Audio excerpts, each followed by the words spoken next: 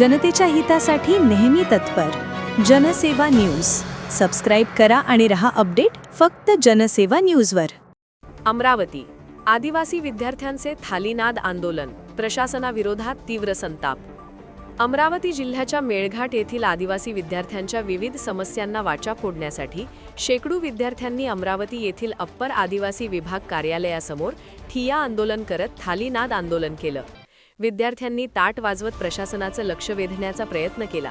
यावेळी आश्रमशाळांमधील भोंगळ कारभार, स्कॉलरशिपचा प्रश्न तसेच वसतिगृहातील विद्यार्थ्यांना योग्य व पुरेसं भोजन न मिळण्याच्या मुद्द्यांवर संताप व्यक्त करण्यात आला. तसेच 40,000 आदिवासी विद्यार्थ्यांना तात्काळ मंजुरी देण्याची मागणी देखील करण्यात आली.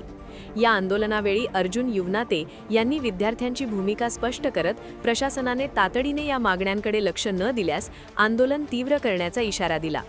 बाईट अर्जुन युवनाते. आज आदिवासी विद्यार्थ्यांमार्फत आंदोलन करण्यात आलेलं होतं. आंदोलन करण्याचं उद्दिष्ट एकच होतं. गेल्या आर्थिक वर्षामध्ये शैक्षणिक वर्ष सुद्धा संपत आला आहे, परंतु महाराष्ट्रातल्या 40,000 विद्यार्थ्यांना अजूनपर्यंत अप्रूव्हल मिळालं नाही.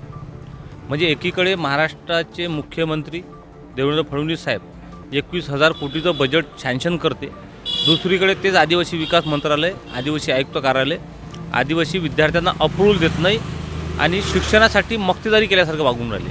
म्हणजे एकीकडे शिक्षणाची गंगा हे घराघरात पोचली पाहिजे, एकीकडे शिक्षणाने समाजात सदृढ झाला पाहिजे अशी सरकारच्या मोठ्या मोठ्या जाहिराती निघते, परंतु दुसरीकडे त्याच आदिवासी समाजाला त्यांच्याच बजेटमधून DBTसुद्धा मिळत नाही, त्याच बजेटमधून अप्रूव्हलसुद्धा मिळत नाही.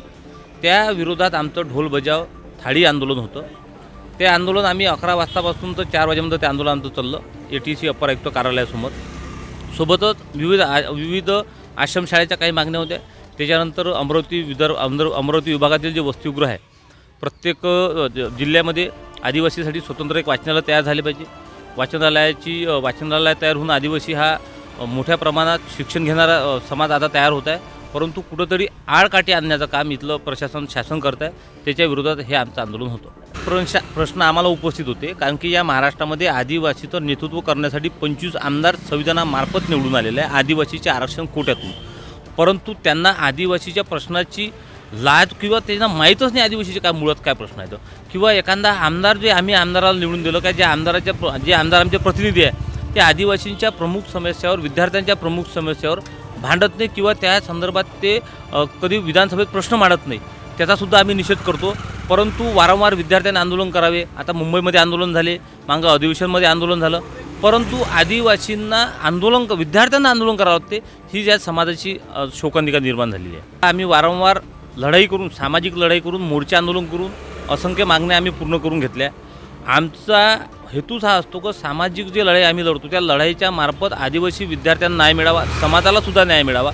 तर आमची अपेक्षा एवढीच आहे, मंत्रालय, आदिवासी विकास मंत्री, आदिवासी आयुक्त, जे आहे महाराष्ट्राचे मुख्यमंत्री, का आम्ही जे आंदोलन केलं त्या जर मागण्या लवकरात लवकर पूर्ण झाल्या नाही तर येणाऱ्या काळामध्ये आदिवासी विकास मंत्री यांच्या घरावर अमरावती ते यवतमाळ आम्ही हेच आंदोलन, थाली बजाव आंदोलन अमरावती ते यवतमाळ घेऊन जाऊ.